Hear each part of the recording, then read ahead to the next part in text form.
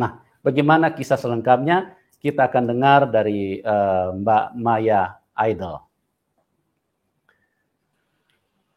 Ya, Shalom Mbak Maya. Haleluya. Apa kabar? Haleluya, baik. Puji Tuhan, Pak. Bapak juga sehat ya, semuanya sehat. Amin. Sehat. Tuhan Yesus baik. Tuhan Yesus adalah sumber keselamatan di dalam hidup kita. Ya, Mbak Maya, terima kasih dulu ini buat kesediaannya sudah hadir di dalam channel kami. Dan saya juga terima kasih, Pak.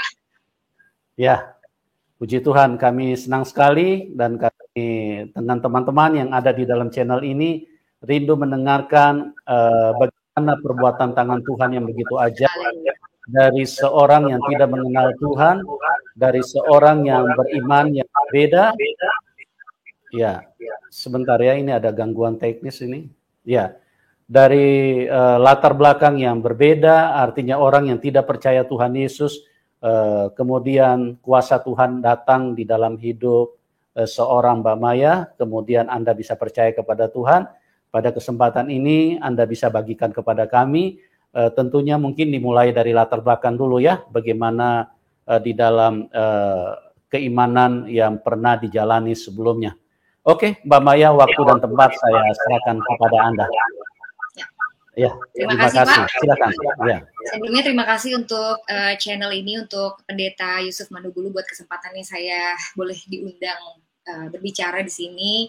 Kiranya Tuhan tolong apa yang saya mau sampaikan, saya saksikan hari ini, semoga bisa saya sampaikan dengan baik dan bisa memuliakan Tuhan yang pastinya, karena ini bukan tentang saya, tapi tentang bagaimana perbuatan Tuhan yang ajaib di dalam kehidupan saya, yang mengubahkan seluruh hidup saya. Ya, biar kiranya apa yang saya sampaikan juga bisa menjadi berkat untuk setiap saudara yang mendengarkan. Pertama-tama perkenalkan, saya dikenal sebagai Kamaya, atau dulu tahun 2005 saya pernah mengikuti ajang pencarian bakat namanya Indonesian Idol. Tadi kalau Bapak bilang saya pemenangnya, saya nggak sampai menang juara 1, saya masuk sebagai finalis di 6 besar, dan itu udah puji Tuhan, Pak, gitu. Saya iya, puji Tuhan. Ya, saya latar belakang saya dilahirkan dari keluarga Muslim. Papa saya orang Jawa, mama saya orang Banten. Ya, Muslim yang cukup moderat, dan waktu kecil saya sendiri gitu. Saya dari TK terus SD, saya disekolahin di sekolah Muslim. Dan waktu SD cuma saya sendiri yang disekolahin di sekolah Muslim sama keluarga saya, karena kalau menurut papa saya, karena saya anak tertua di keluarga saya, jadi supaya saya bisa membimbing adik-adik saya. Itu niatan papa saya seperti itu. Dan sebenarnya sekarang nih sudah hampir 9 tahun saya menerima Tuhan Yesus sebagai Tuhan dan Juru Selamat saya. Sudah cukup lama, karena tahun 2013 saya memberikan diri saya dibaptis, tapi baru sekarang ini saya memberanikan diri untuk mau untuk diundang kesaksian seperti ini untuk jangkauan yang lebih luas. Ya, karena memang mungkin ini waktunya ya, Pak ya. Mungkin ini waktunya. Ya, amin. Amin ya. Ya, dulu sering ditawarin, tapi saya rasa saya belum siap gitu. Tapi sekarang waktunya.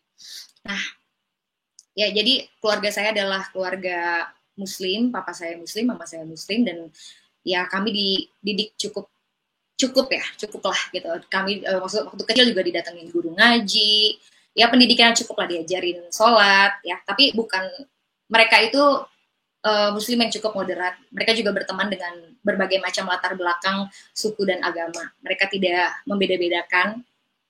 Nah, singkat cerita, papa saya itu meninggal di umur saya yang ke-11 tahun.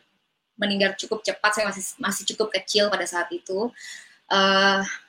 Dia adalah pramugara, dan dia meninggal di Jeddah Arab Saudi, karena dia waktu itu terbang haji, mengantarkan jemaat haji. Nah, beliau sempat koma di sana selama 17 hari dan meninggal di sana. Jadi kami sekeluarga, saya bersama mama dan adik-adik saya, kami semua diberangkatkan semuanya ke sana. Dan sebenarnya untuk memulangkan, menjemput jenazahnya untuk dibawa kembali ke Indonesia, tapi sekaligus di sana kita juga difasilitasi untuk bisa umroh. untuk bisa umroh. Karena kalau umroh itu kan nggak membutuhkan nggak membutuhkan hari yang lebih banyak gitu loh. Kalau ibadah haji yang membutuhkan hari yang lebih banyak, lebih panjang waktunya. Jadi kami sekeluarga kami ibadah umroh pada saat itu. Itu juga pengalaman buat saya dan keluarga saya. Gitu. Kemudian setelah papa saya meninggal, ya saya dibesarkan oleh seorang single parents yaitu mama saya. Dan umur 16 tahun saya tuh dari kecil suka nyanyi. Jadi umur 16 tahun saya didaftarin untuk lomba nyanyi dan puji Tuhan pada saat itu menang, dan mulai dari situ saya mulai bernyanyi. Banyak yang mengundang untuk bernyanyi sambil sekolah, sambil membantu keuangan mama saya juga, karena pada saat itu nyanyi sudah dibayar ya. Kemudian tahun 2005 saya mengikuti ajang Indonesian Idol, itu season kedua, dan ya puji Tuhan saya masuk sampai finalis 6 besar, dan itu adalah pengalaman yang cukup berharga dan batu loncatan yang cukup baik dan pengalaman yang cukup baik bagi saya, yang cukup berharga untuk jadi batu loncatan untuk karir saya. Dan pada saat itu yang terpenting buat saya tuh karir, membangun karir gitu loh. Jadi buat saya pada saat itu yang terpenting adalah karir dalam hidup saya. Saya ngejar karir terus Pak setiap hari gitu kan. Kerja.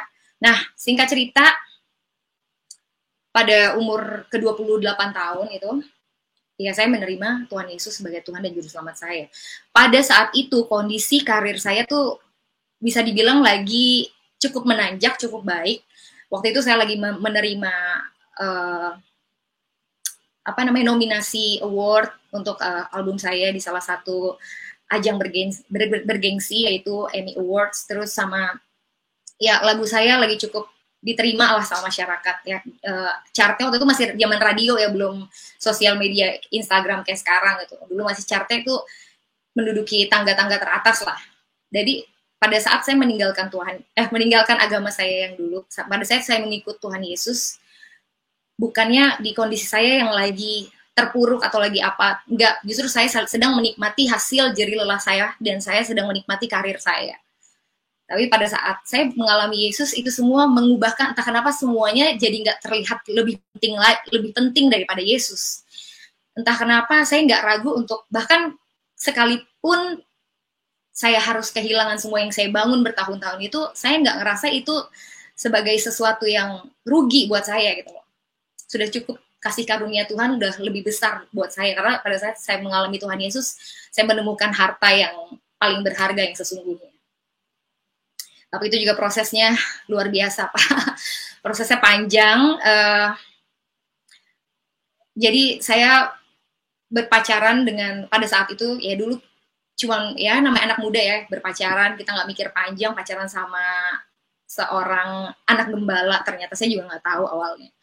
Pacaran dengan seorang anak gembala sidang, dan ini adalah suatu hal yang geger pasti buat keluarganya dia, karena bukan hal yang mudah menerima bagi seorang gembala untuk menerima anaknya berpacaran dengan terang dan gelap nggak bisa bersatu ya, berpacaran dengan seseorang yang berbeda keyakinan dengan anak, itu bukan hal yang mudah gitu, karena orang tua mereka adalah gembala sidang, itu pasti tekanan yang berat, mereka pasti akan diomongin sama jemaat, sama orang-orang di mana tempat mereka sering berkhotbah gitu loh. Dan ya, tapi justru disitulah saya mendapatkan itu adalah awal mula perjalanan saya mengenal Tuhan Yesus. Ya, jadi pasti awalnya saya ditolak sama keluarganya. Saya ditolak, tapi ya entah kenapa nih cowok yang sekarang udah jadi suami saya, Pak puji Tuhan. Nih cowok berani memperjuangkan saya. Terus dia bercerita sama mamahnya. Awalnya mamahnya juga menolak, tapi justru mamahnya menjadi salah satu orang yang paling berjasa di dalam saya mengenal Tuhan Yesus. Wow, itu luar biasa. Seharusnya dia menolak saya, seharusnya mungkin dia mengusir saya, tapi apa yang terjadi, dia justru memperkarakan itu sama Tuhan Yesus. Dia berdoa, dan kalau suaminya malah nyuruh, ya jangan terima saya, tapi dia berdoa sama Tuhan, justru Tuhan bukakan hatinya. Malah dia bilang sama saya, ya saya berdoa, saya bergumul sama Tuhan, dan ya Tuhan kasih hikmat. Kalau saya nggak buka pintu untuk kamu, bagaimana saya bisa memperkenalkan Kristus sama kamu? Wow, padahal sebagai seorang ibu gembala tentu saja itu bukan hal yang gampang, bukan hal yang mudah untuk menerima saya yang berbeda kepercayaan dengan dia, untuk masuk dan dia memeluk saya, untuk dia merangkul saya. Dan ya mulai dari situ dia bilang dia sayang sama saya. Dia juga bilang sama saya, kalau kamu menyayangi perempuan ini, kamu harus memberitakan Yesus sama dia. Dan ya saya percaya mereka mendoakan saya begitu rupa. bertahun-tahun saya juga sempat beberapa kali berdiskusi dengan dia, berdialog dengan dia, dan ya dia sering menyaksikan betapa hebatnya Tuhan di dalam kehidupan dia. Dia dulu terkena cancer udah berkali-kali, tapi ya dia menceritakan bagaimana Tuhan menolong hidup dia, dan saya amazed, kok ini orang kuat banget gitu. Bahkan dia masih bisa berkhotbah di mana-mana, dan menurut saya hidup dia tuh menjadi kesaksian yang luar biasa buat saya.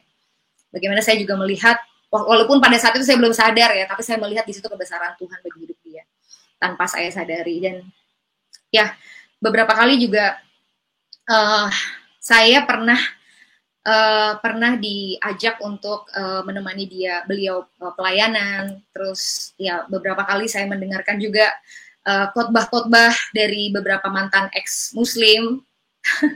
Ya sampai saya sering diajak-ajak menemani dia, terus mendengarkan beberapa mantan ex-muslim dari berbagai latar belakang, mulai dari yang artis sampai mantan ustadz, bahkan yang guru besar.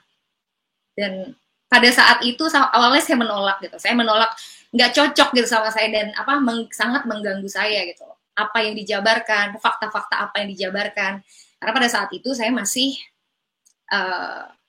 saya masih berpegang dengan kepercayaan saya gitu. Dan prinsip yang diajarkan kepercayaan saya pada saat itu adalah kepercayaan itu kan masing-masing ya. Maksudnya itu masing-masing, gak usah saling usik. Kalau orang Islam bilang agamamu, agamaku gitu kan ya. Dan setelah itu, setelah bertahun-tahun akhirnya saya memutuskan, karena bagi saya pada saat itu yang penting juga buat saya adalah karir saya, dan itu yang saya nomor satukan. Terus saya bekerja keras untuk karir saya, jadi saya memutuskan untuk nggak meneruskan hubungan itu, karena buat saya nggak make sense, nggak mungkin, nggak benar gitu loh. Oke, nggak mungkin nih saya sama dia gitu. Terus di satu momen akhirnya ya inilah yang membuat saya juga orang kedua yang menurut saya sangat berperan besar adalah ya mantan pacar saya yang sekarang jadi suami saya. Dia juga punya peran besar. Dia bilang pada saat saya bilang hubungan ini tidak mungkin diterusin, dia bergumul sama Tuhan, dia berdoa sama Tuhan. Akhirnya dia datang sama saya, dia bilang, tolong kasih aku kesempatan satu kali lagi. Aku akan ajak kamu ke Israel, aku akan bergumul sama Tuhan di sana, aku akan lihat tanda Tuhan. Kalau Tuhan bilang enggak, aku akan enggak. Tapi kalau Tuhan akan kasih tanda sama aku yang berperkara sama Tuhan. Kamu jalan-jalan aja. Aku yang berdoa, aku di sana yang bergumul. Terus aku ya sudah pasti saya menolak dengan mentah-mentah, karena ya ngapain saya ikut ke sana, ya lu aja gitu. Kalau bahasa saya dulu ya, kamu aja yang berangkat gitu, kenapa saya harus ikut. Tapi ini orang nih gigih banget, saya akui dia sangat gigih, dan dia bilang nggak bisa, kamu harus ikut, please, dia bilang, satu kali kesempatan. Berbulan-bulan dia ngajakin saya, kurang lebih 3 bulan. Awalnya saya tolak mentah-mentah, akhirnya sampai saya capek sendiri untuk nolak dia. Dan ya saya bilang gini akhir sama dia, ya udah kalau emang Tuhan izinin saya ke sana, saya pasti akan nginjakin kaki ke sana. Dan pada saat itu saya ngomong itu dengan sangat asal-asalan banget, karena saya nggak memikirkan itu serius gitu. Saya juga nggak mikir akan berangkat ke sana. Singkat cerita, sebenarnya dia mau ngajak saya ke sana itu nggak pada saat dia ngajak saya, dia tuh juga nggak ada uangnya untuk ngajak saya ke sana. Dia cuma ada buat dia, dan dia nggak ada maksudnya untuk memberangkatkan saya. Pada saat itu dia nggak ada uang, dan saya nggak mau bayar sendiri dong, orang dia yang ngajakin gitu Pak. Terus akhirnya singkat cerita, ini anak berusaha banget. Akhirnya dia punya ide, dia bikin, kalau zaman sekarang bahasanya tuh thrifting, jadi menjual barang-barang second kita, kayak baju, sepatu. Dan saya amazed, selama kurang lebih 1 bulan lebih dia mendapatkan dana, mendapatkan keuntungan cukup bahkan lebih untuk memberangkatkan saya ke Israel. Dan itu saya amazed gitu loh. Padahal menurut saya itu nggak mungkin gitu. Itu mungkin small things ya Pak, tapi saya melihat actionnya dia tuh wow, luar biasa gitu. Dari tadi saya tolak mentah-mentah, tapi saya pelan-pelan saya amazed, loh kok dapat duitnya gitu kan, loh kok gini gitu kan. Terus banyak hal-hal kecil yang sebenarnya saya lupa ya detailnya kayak gimana, tapi yang membuat saya amazed. Saya percaya itu Tuhan. Dan sampai singkat cerita pada saat itu ternyata paspor saya itu ternyata kan kalau untuk berpergian ke luar negeri untuk mengurus visa itu minimal di atas 6 bulan ya, di bawah 6 bulan tuh udah nggak bisa ngurus visa dan ke luar negeri gitu. Terus ternyata paspor saya sudah di bawah 6 bulan, dan itu baru ketahuan tuh setelah mengurus visa, karena kan saya peserta terakhir yang didaftarkan ya Pak. Jadi kurang lebih 2-3 minggu lah itu mengurus visa, dan ternyata wah ini udah nggak bisa nih, sulit ini, nyusahin, sampai akhirnya saya harus perpanjang paspor. Itu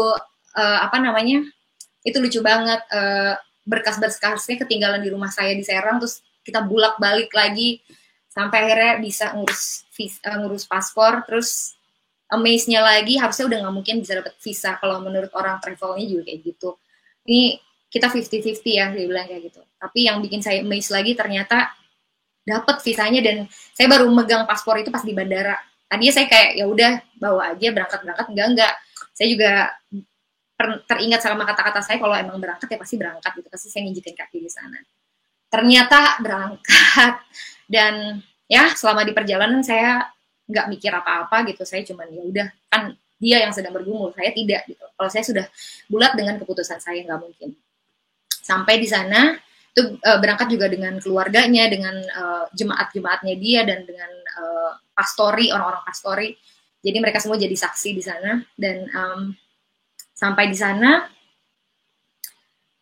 pertama kali saya keluar dari bandara, terus menginjakan kaki di tanah itu, saya langsung teringat, saya langsung flashback pada saat itu juga. Saya ingat kata-kata saya, kalau Tuhan mengizinkan saya menginjakan kaki di Israel, pasti aku akan menginjakan kaki di sana. Dan itu terjadi, dan saya langsung bergidik gitu. Saya teringat itu, langsung saya terpikir, berarti Tuhan izinin saya ke sini dong, berarti ini rencana Tuhan dong.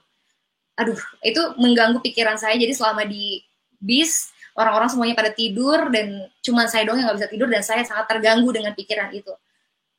Dulu saya bilang sama dia, kalau memang rencana Tuhan, kalau memang kehendak Tuhan, aku menginjakan kaki di sana, aku pasti akan menginjakan kaki di sana. Dan ternyata sekarang aku ada di sini, menginjakan kaki di sini, berarti ini rencana Tuhan. Lalu Tuhan maunya apa ini kayak gini? Dan itu mengganggu saya sepanjang perjalanan, dan akhirnya saya menyerah, saya doa gitu kan. Saya nggak tahu gitu, saya nggak bisa diolah dengan pikiran saya. Saya akhirnya berdoa sama Tuhan di situ. Tuhan tolong tunjukkan siapa Tuhan yang benar. Aku nggak tahu, kayak maksudnya tolong Tuhan, tolong tunjukkan kalau memang Tuhan yang benar adalah Tuhan yang saya percaya selama 28 tahun ini. Waktu itu umur saya 28 tahun. Tolong Tuhan teguhkan saya. Tolong kasih tunjuk sama saya.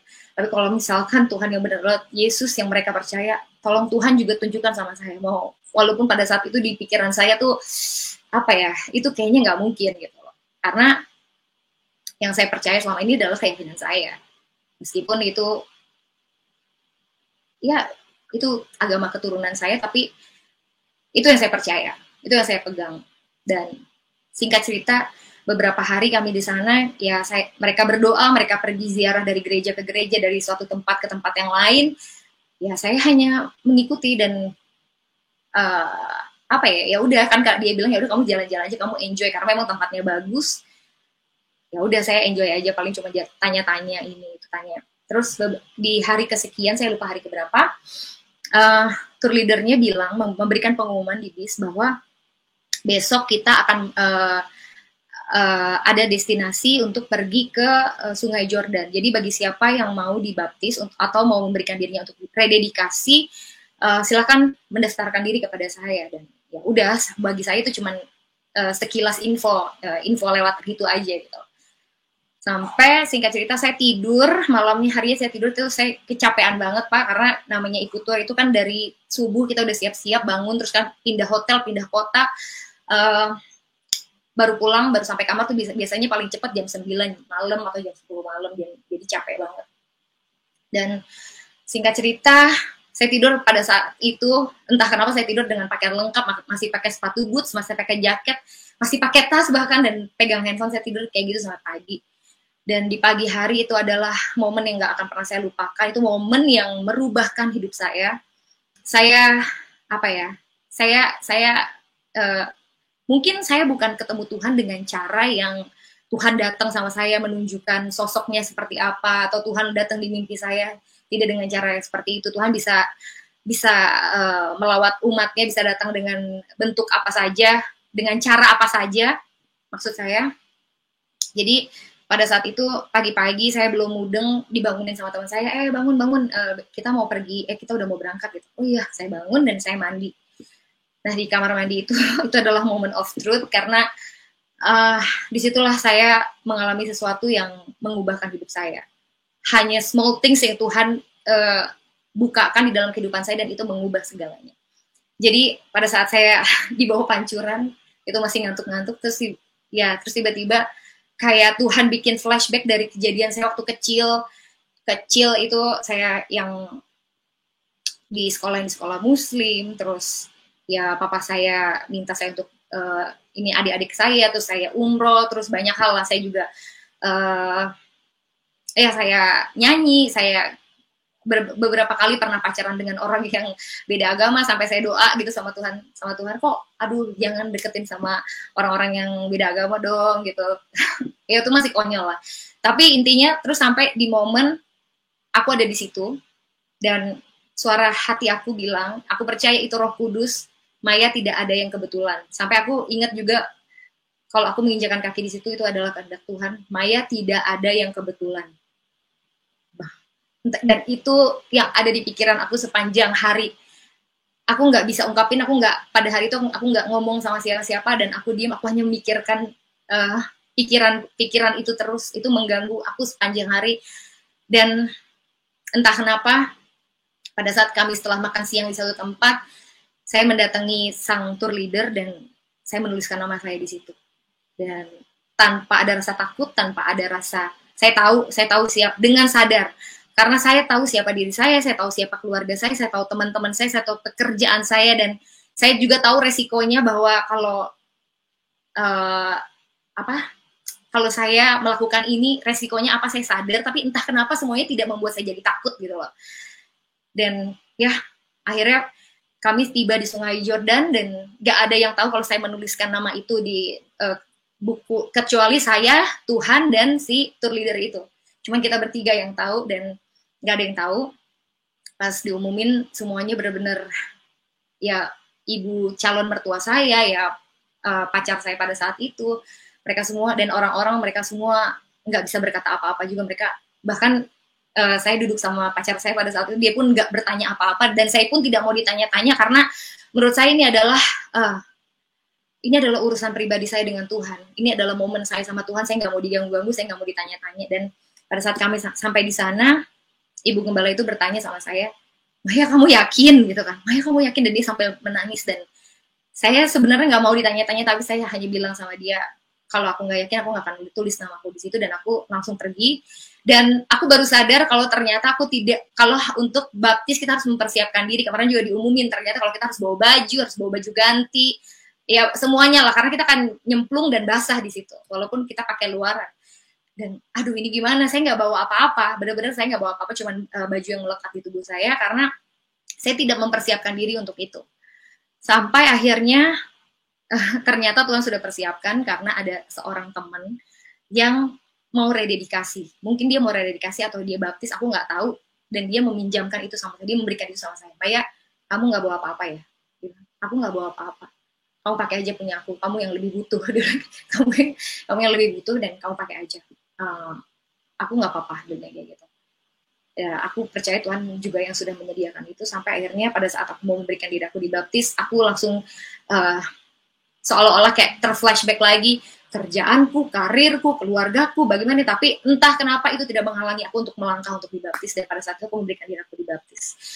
Dan itu baru awal, itu baru startnya aja, karena setelah itu ya justru ceritanya setelah itu gitu, bagaimana aku mempersiapkan diri aku. Setelah aku pulang, aku mempersiapkan diri aku sangat rindu, aku sangat haus untuk mengenal Tuhan. Dan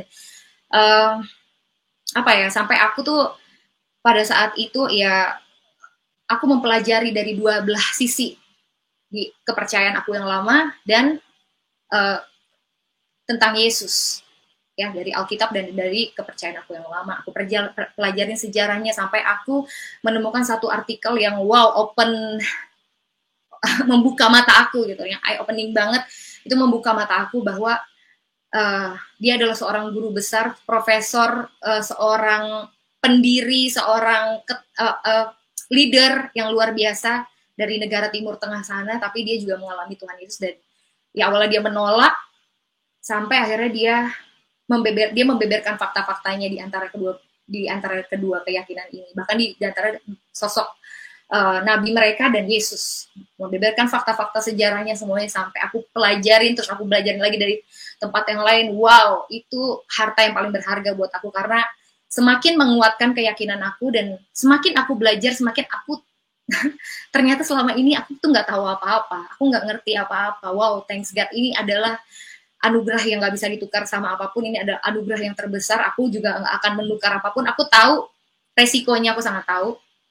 Sampai akhirnya setiap hari aku di gereja kami pada saat itu ada 4 kali ibadah dalam 1 minggu. Ibadah hari Minggu udah pasti, tengah minggu, terus ada pendalaman Alkitab, ibadah pemuda, dan ya kalau saya nggak ada kerjaan, atau setelah saya kerja atau meeting, saya pasti langsung meluncur ke sana. Jadi ya dari situlah berbulan-bulan akhirnya keluarga saya curiga. Dan karena saya jarang bersama mereka di rumah, saya kerja aja saya udah jarang sama mereka, ini lebih jarang lagi gitu. Karena ya itu balik lagi, saya haus, saya mau belajar, saya saya pengen diisi gitu, saya ingin memperlengkapi diri saya gitu. Sampai akhirnya ya tibalah momen di mana saya harus berkata terus terang dengan keluarga saya. Waktu itu Ibu Gembala saya juga berpesan bahwa kalau tiba waktunya, kamu jangan sampai menyangkal Tuhan Yesus. Dan saya tahu hari itu akan datang, dan saya mempersiapkan diri saya sedemikian rupa sehingga pada saat hari itu datang saya tidak menyangkal Yesus. Dan puji Tuhan saya tidak menyangkal Yesus, padahal saya juga dalam hati takut banget karena mama saya itu punya penyakit jantung dan dia sudah pasang ring, dia pernah kena serangan jantung beberapa kali. Saya takut, saya doa sama Tuhan, Tuhan tolong pada saat saya ngomong ini sama mama, kiranya jangan sampai dia kena serangan jantung, kan nanti konyol gitu. Maksudnya pasti aku percaya kuasa Tuhan dinyatakan, dan puji Tuhan pada saat saya menyatakan itu, yang penting dia gak kena serangan jantung. Dan tidak terjadi, ya tapi dia marah, dia mengungkapkan kemarahannya dengan kata-kata udah pastilah, kata-kata yang gak enak didengar. Dan singkat cerita, ya dia juga pernah menemukan Alkitab di dalam lemari saya, adik-adik saya juga, ya kecurigaan mereka tuh sudah semakin bertumpuk, sampai akhirnya dia menanyakan, kamu jadi Kristen sekarang? Dan ya saya jawab, iya Ma. Dan saya bersaksi tentang Yesus, dan akhirnya saya diusir dari rumah. Ya, terus pada saat itu, ya saya menghubungi Ibu Gembala saya bilang, mama saya sudah bertanya sama saya, dan saya diusir, saya cuma bawa koper dan mobil, udah itu aja. Saya pikir udah saya cari kos di mana lah gitu. Tapi Ibu Gembala saya bilang pada saat itu, kalau kamu tinggal di kos, kamu sendirian, kamu pasti stres banget, karena pada saat itu juga di sosial media semua teman-teman yang begitu banyak ternyata jadi nggak punya teman sama sekali. Saya benar-benar sendirian. Tuhan izinkan saya untuk merasakan itu sendirian. Pada saat itu saya cuma mengandalkan Tuhan gitu. Saya benar sendirian karena di sosial media semua teman-teman saya, keluarga, ya banyak sekali mereka ya menghujat, mereka ngata-ngatain, ya kafir lah, ya banyak hal. Pakai ya banyak ayat-ayat juga ditulis sama mereka untuk menyindir saya, dan saya sampai off dari sosial media pada saat itu. Saya break dulu karena saya tahu kalau saya ngeliatin itu pasti saya nggak kuat gitu, pasti saya jadi lemah. Lebih baik saya fokus untuk diri saya dan Tuhan dulu. Dan pada saat itu Ibu Gembala bilang sama saya untuk, Maya lebih baik kamu tinggal di pastori, karena di pastori itu banyak kakak-kakak pastori, kamu tidur di kamar perempuan bareng-bareng sama mereka supaya kamu nggak sendirian. Dan kalau kamu sedih, kalau kamu kamu mau lebih baik kamu mengisi hari-hari kamu dengan kamu belajar tentang Tuhan, sehingga kamu nggak fokus sama masalah kamu. Dan ya awalnya saya menolak karena gak enak dong masa saya tinggal di pastori gitu kan. Tapi bener juga kalau saya tinggal sendiri itu pasti saya makin lemah gitu, bukan karena kepikiran masalah saya kanan tembok kiri tembok. Lebih baik ya udah di sana ada kakak-kakak yang bisa saya belajar banyak sama mereka, saya bisa sharing sama mereka, mereka bisa mengajarkan pelayanan sama saya, bla bla bla. Sampai akhirnya ya udah, akhir singkat cerita saya tinggal di Pastori dan saya belajar banyak, saya melayani Tuhan.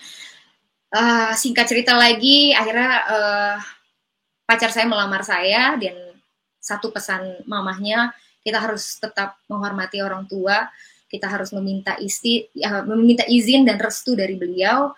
Dan ya buat saya pada saat itu yang terpenting adalah restu orang tua, karena kalau dia merestui aja itu udah mujizat, karena paling tidak kita datang untuk meminta izin dari beliau. Dan saya sendiri, saya jujur saya ketakutan karena saya takut nanti calon suami saya bakalan diapa-apain gitu lah, saya takut banget. Tapi puji Tuhan dia cuma bilang sama saya, jangan takut, kita berdoa dulu sebelum datang. Jujur saya malah saya yang takut, dia kok ngeliatnya biasa-biasa aja gitu kan.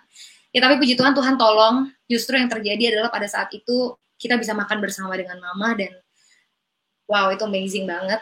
Itu saya berbulan-bulan gak ketemu dengan beliau. Kita mau datang, saya mau ketemu sama dia itu susahnya minta ampun. Dihalang-halangi, gak bisa WhatsApp, gak dibales. Sampai akhirnya kita bisa makan bareng sama dia, terus dia meminta izin untuk menikahi saya, dan kita, itu Tuhan, saya percaya itu Tuhan, dia memberikan restunya sama kami berdua. Dan dia cuma bilang, mungkin saya tidak bisa datang ke pernikahan kalian karena saya juga mengerti pasti tekanan yang dia alami dari kanan kiri, dari keluarga, dari teman-temannya, itu juga nggak gampang buat dia. Ya, tapi dengan mengantongi restu itu udah mujizat, itu udah puji Tuhan. Dia pun bercerita sama saya bahwa sebenarnya ada berbagai ancaman buat saya. Maksudnya ada berbagai macam, apa namanya, ya ada orang-orang yang mau mengancam kita, tapi ya dari pihaknya dia. Terus dia bilang sama kita, itu dari mulut dia sendiri yang cerita, tapi dia bilang, ya dia bilang jangan, bagaimanapun itu anak saya gitu. Sampai akhirnya dia pingsan dan itu nggak terjadi gitu, dan kita nggak kenapa-kenapa. Dan saya percaya sekali lagi itu adalah Tuhan. Dan waktu itu sampai ya kita pengen asilumkan ke Amerika, tapi enggak lah, saya percaya nggak perlu sampai kayak gitu-gitunya. Ya pasti Tuhan tolong. Ya singkat cerita, kami menikah tanpa dihadiri oleh satupun dari keluarga saya. Dan ya puji Tuhan, saya juga masih belum bisa ketemu sama mama saya. Kami juga tadi setelah menikah pengennya tuh nggak langsung punya anak, pengennya setahun kemudian gitu, karena kita mau mempersiapkan ini dan itu. Saya juga waktu itu kan nggak kerja. Oh ya, saya juga belum cerita. Jadi pada saat itu begitu orang-orang tahu status saya sebagai pengikut Kristus dan saya meninggalkan agama saya yang lama, tidak ada orang yang mau mengajak saya bekerja sama lagi, dan saya tahu itu resiko. Jadi saya sudah sadar. Jadi pada saat itu terjadi, saya tidak mempermasalahkan itu. Bahkan ya tadi saya sudah bilang kalau dulu itu adalah hal yang terpenting buat saya, itu adalah hal yang selalu saya pikirin, yang penting banget, yang saya kejar-kejar terus. Kalau setelah saya menemui Kristus, setelah saya mengalami Kristus, entah kenapa itu bukan terlalu penting, bukan menjadi hal yang terlalu penting buat saya. Jadi setelah saya menikah, ya saya bingung saya mau ngapain gitu kan. Jadi nanti deh kita punya anak tahun depan aja gitu, sambil mempersiapkan aku ngapain ya, aku nggak kerja gitu. Sampai akhirnya ternyata Tuhan berkehendak lain. Saya dua bulan menikah, saya punya anak, hamil, dan di tahun depannya kami memiliki anak. Dan puji Tuhan, ternyata ada rencana Tuhan di balik itu. Ya hati oma mana lah, hati oma opa mana gitu, hati nenek dan kakek mana yang tidak lulu melihat cucunya. Ternyata itu rencana Tuhan. Dan pada saat melahirkan, mama saya ada di situ, dan setiap saya melahirkan, mama saya selalu ada menemani saya, dan hubungan kami perlahan-lahan mulai pulih. Dan bahkan mama saya, kami sudah sering saling menjenguk, bahkan menginap di tempat saya, dan itu udah hal yang amazing banget.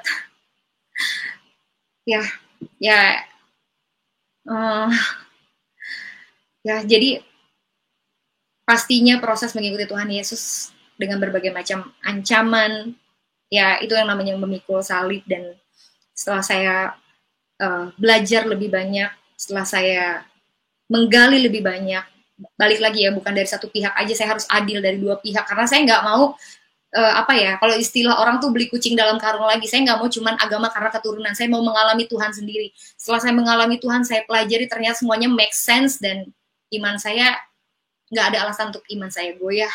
Justru saya semakin yakin kepada Tuhan Yesus. Dan ya, walaupun sekarang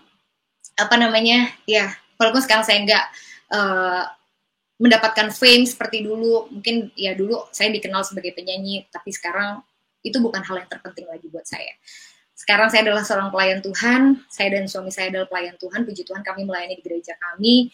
Suami saya sekarang pendeta muda di gereja saya, dia berkhotbah juga di hari Minggu, dia juga musisi, dia main band juga, dia juga seorang produser, dan saya sebagai ibu rumah tangga dari 3 orang anak yang diberkati Tuhan, dan saya melayani Tuhan. Puji Tuhan, saya pasti saya menyanyi saya worship leader, dan saya juga saya pernah mengikuti kelas untuk seni berkhotbah, dan itu puji Tuhan saya lulus.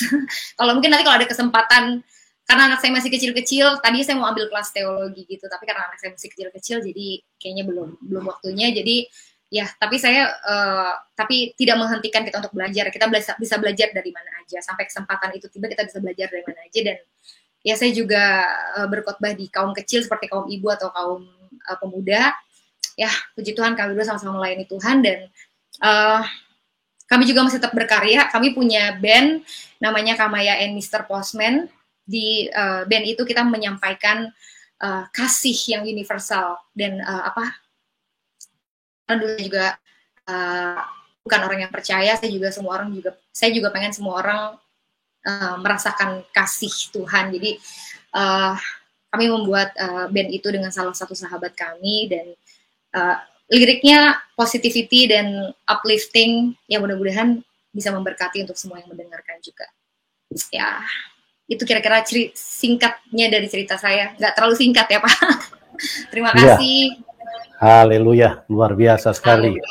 Bagaimana Tuhan Yesus yang adalah Tuhan yang benar menjamah seseorang dan mengubahkan kehidupannya dari seorang yang berbeda iman, tetapi Tuhan Yesus itulah Tuhan. Dia mencintai semua, dia mencintai siapapun, warna kulit apapun, status sosial apapun, semua dia cintai. Satu firman-Nya yang luar biasa di dalam Matius 11 ayat 28. Marilah kamu yang letih lesu dan berbeban berat, karena aku akan memberikan kelegaan kepadamu. Kalau itu bukan firman Tuhan, pasti dia akan berkata begini, marilah kamu orang-orang Kristen, karena aku akan tolong kamu. Nah, kalau firman-Nya seperti itu, maka dia bukan Tuhan. Karena apa? Karena dia Tuhan satu agama, dia Tuhan satu kelompok. Tapi di firman-Nya jelas, marilah kamu yang letih lesu berbeban berat. Itu lintas apapun, melewati apapun. Jadi semua manusia yang punya beban berat, Tuhan mengundang kita. Tuhan menawarkan kasih-Nya, Tuhan menawarkan kebaikan-Nya. Dan firman-Nya luar biasa lagi, karena di situ diceritakan, di situ dikatakan, marilah kamu yang letih lesu berbeban berat. Kalau dia firman manusia, kalau dia perkataan manusia, maka perkataannya akan seperti ini. Marilah kamu orang-orang Kristen yang mempunyai beban yang ringan. Ya, siapa tahu aku bisa tolong. Tapi karena dia Tuhan, yang berbeban berat pun, itu dinantikan Tuhan, ditunggu Tuhan. Karena Tuhan siap, karena dia maha kuasa. Dia mau menolong setiap kita. Oh, luar biasa sekali. Itulah yang terjadi dengan Mbak Maya.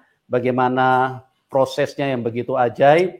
Pada waktu beliau sedang ada di kamar hotel, Tuhan memberikan peneguhan terhadap apa yang Tuhan telah rencanakan, yaitu bahwa di mana dia berjanji dalam hati, dan Tuhan itu tahu, kalau Tuhan izinkan pasti saya bisa berangkat dan ikut ke Israel.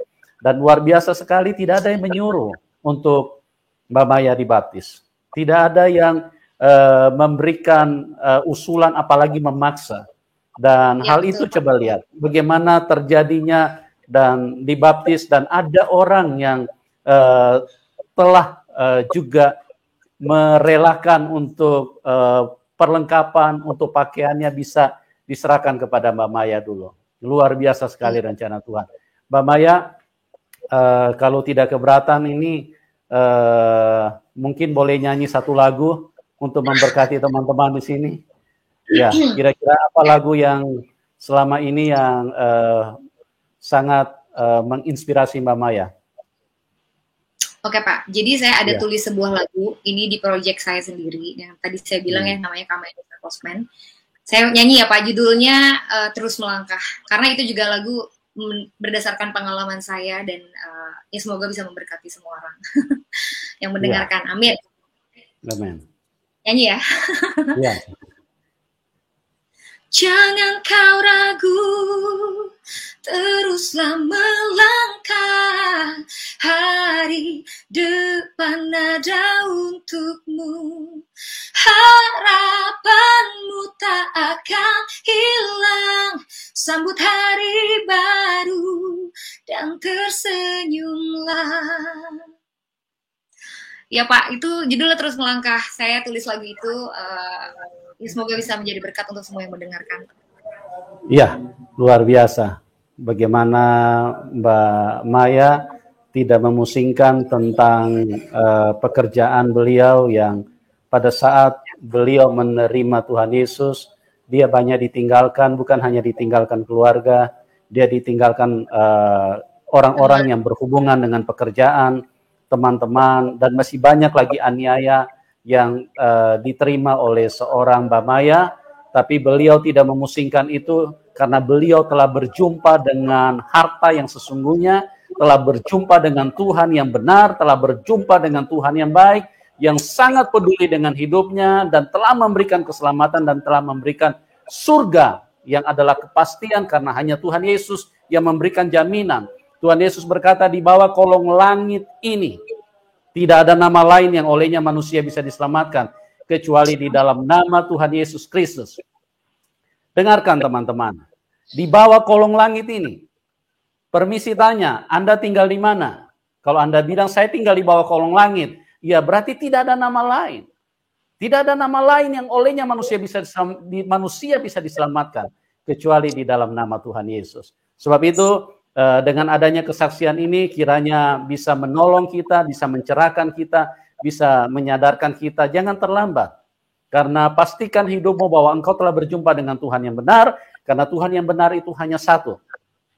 Dan firman Tuhan itu hanya satu, kebenaran itu hanya satu, tidak mungkin ada dua. Sebab itu carilah, pastikanlah bahwa hidupmu telah berjumpa dengan Tuhan yang benar, telah berjumpa dengan firman.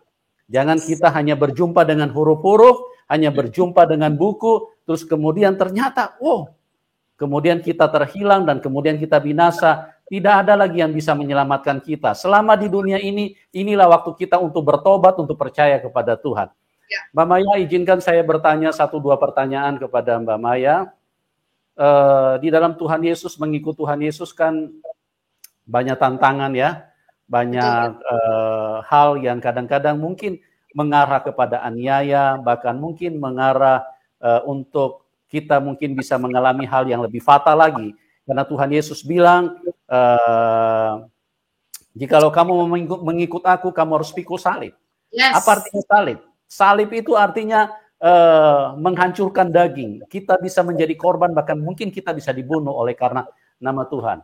Kira-kira komitmen apa Mbak Maya bisa sampaikan kepada Tuhan dan kepada teman-teman yang ada di dalam link ini supaya mereka juga bisa dikuatkan bagaimana seorang Mbak Maya yang sudah berjumpa dan meyakini Tuhan Yesus sebagai Tuhannya. Bisa dibagikan kepada kami, Mbak. Ya, itu yang namanya kita harus bayar harga ya, Pak. Untuk mendapatkan Kristus yang sebenarnya harta yang sesungguhnya nggak bisa ditukar dengan apapun. Dengan hartamu, dengan tenarmu itu Kristus nggak bisa ditukar. Karena yang dia janjikan buat kita itu adalah kekekalan. Kalau yang itu, ya harta yang di dunia kita cuma dapetin di sini. Tapi Kristus, dia akan memberikan kekekalan setelah kita hidup. Jadi untuk itu ya kita juga harus mau bayar harga. Jadi pada saat saya, ya zaman dulu saya tahu kan Pak, saya sudah tahu resikonya. Kalau orang dari sana pindah ke sini, ya saya sudah tahu lah resikonya seperti apa.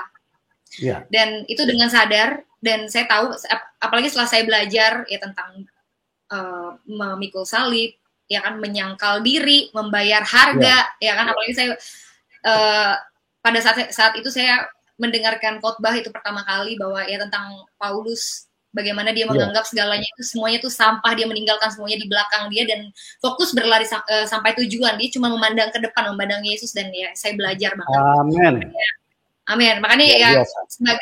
sebagai pengikut Kristus, ya kenalilah siapa Tuhanmu. Jangan cuman sekedar ikut-ikut aja, ikut-ikut Kristus. Kita udah dapat anugerah, ya pasti anugerah Tuhan tuh buat semua orang ya Pak. Saya percaya buat semua orang. Amin. Dia datang untuk kita semua untuk menyelamatkan. Tapi balik lagi, kita harus meresponi dan bukan cukup sekedar kita terima aja anugerah itu, tapi kita harus terus mengenali siapa Tuhan kita. Karena ya kita bisa hidup sesuai sama kehendaknya kalau kita mengenali kan Tuhan kita kayak gimana, maunya dia apa. Ya kan semuanya tertulis di dalam Alkitab, dan ya jadi kita nggak jadi Kristen ikut-ikutan aja. Kalau mungkin Amin. dulu saya cuman beragama karena saya keturunan beragama demikian, ya kalau sekarang setelah saya bertemu Kristus, saya nggak mau asal-asalan. Saya harus, ya apalagi saya sudah membayar harga segitu banyak, masa saya mau ikut Yesus asal-asalan? Enggak dong. Ya saya harap kita semua juga begitu mengikut Kristus. Amin. Amin. Luar biasa sekali ya. Jadi teman-teman, ikut Tuhan, cari Tuhan yang benar, dan sangat mudah mengenali Tuhan yang benar. Tuhan yang benar itu dari pengajarannya kita bisa lihat. Tuhan Yesus mengajarkan 1000 langkah di depan daripada apa yang kita pahami selama ini. Karena Tuhan Yesus berkata, kasihilah musuhmu, berdoalah buat mereka. Tidak ada manusia yang bisa mengajarkan seperti ini. Karena itu dia bukan dari dunia, dia bukan manusia, dia hanya pinjam tubuh manusia. Dan pengajarannya dari atas, dia bilang, Tuhan Yesus berkata, aku dari atas, kamu dari dunia. Sebab itu, pengajaran yang diberikan oleh Tuhan Yesus adalah pengajaran yang 1000 langkah jauh lebih di depan, karena ajarannya adalah ajaran cinta kasih, adalah ajaran yang mencintai sesama manusia, yang ingin membuat manusia bahagia, siapapun Anda. Kasihilah musuhmu, berdoalah, mintalah berkat buat mereka. Oh, luar biasa. Kalau ajaran seperti ini, maka dunia akan aman, dunia akan baik. Tetapi iblis itu bekerja keras. Iblis terus merusak pikiran manusia. Iblis terus merusak dengan kebencian, merusak dengan amarah, merusak dengan fitnah, merusak dengan berita hoax. Bahkan iblis itu selalu menghalalkan darah orang. Karena iblis itu adalah pembunuh manusia sejak semula. Oleh sebab itu, kenalilah Tuhan. Dari pengajarannya sangat mudah. Dari kuasanya, dari kasihnya. Terlalu banyak yang bisa kita kenali, bahwa Tuhan itu sangat gampang untuk kita kenali. Oke, Mbak Maya, terima kasih banyak atas kesaksian yang luar biasa. Dan Mbak Maya mungkin bisa memberikan sedikit pesan kepada teman-teman yang belum kenal Tuhan. Mungkin pesan apa yang Mbak Maya bisa bagikan kepada mereka, supaya mereka juga artinya bisa diberkati dan bisa terinspirasi dengan apa yang Mbak Maya bagikan kepada mereka. Silakan. Ya, jika kita memilih sesuatu, apalagi yang sangat penting di dalam hidup kita, itu kepercayaan kita. Pastikan kita benar-benar sungguh-sungguh dan pelajari gitu loh. Segala sesuatunya ya kamu bisa pelajari dari latar belakangnya, sejarahnya, apapun itu gitu loh. Kamu jangan cuma jadi pengikut agama yang asal-asalan, apapun ya. Sehingga ya saya percayalah Tuhan pasti akan memberikan hikmat kepada setiap orang yang mau cari Tuhan dengan sungguh-sungguh. Ya karena saya sendiri pun, ya siapa saya juga orang yang tidak percaya Tuhan. Kalau saya bisa ada di sini sekarang dan bersaksi tentang Tuhan, itu kan karena kuasa Tuhan, karena kasih karunia Tuhan, nggak lebih dari itu. Siapa saya gitu loh. Dan ya pengajaran Tuhan itu seperti yang tadi Bapak bilang, itu nggak make sense gitu loh. Untuk kita bisa menyangkal diri, memikul salib. Kalau orang tampal pipi kanan, kasih pipi kiri, harus mengasihi musuh, dan ya itulah kita harus menunjukkan lebih banyak lagi kasih kepada semua orang, kasih Tuhan. Karena ya itulah mengapa kita ada di dunia ini, supaya kita bisa memuliakan Tuhan dan menyebarkan Injil kepada segala makhluk, kepada semua orang, kepada semua manusia gitu loh. Semua orang berhak untuk tahu siapa Tuhan yang sebenarnya.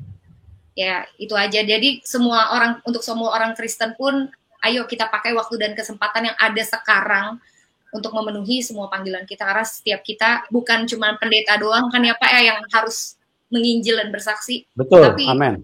Ya, tapi amanat agung itu semua orang percaya gitu loh. Dan kita untuk kita semua yang percaya, kita pakai kesempatan yang ada sekarang untuk ya untuk melakukan bagian kita, karena tugas kita di sini untuk balik lagi hanya untuk kemuliaan Tuhan aja. Dan ya saya juga berdoa untuk siapapun orang di luar sana yang sedang mencari Tuhan, mencari kebenaran, biar kiranya Tuhan jamah. Saya juga berdoa untuk keluarga saya, untuk mama saya, untuk adik-adik saya, bukan cuman doa mereka sehat, mereka dicukupi, tapi terlebih menemukan Kristus dalam kehidupan mereka, karena cuman Kristus yang bisa menyelamatkan juga untuk orang-orang di luar sana. Amin.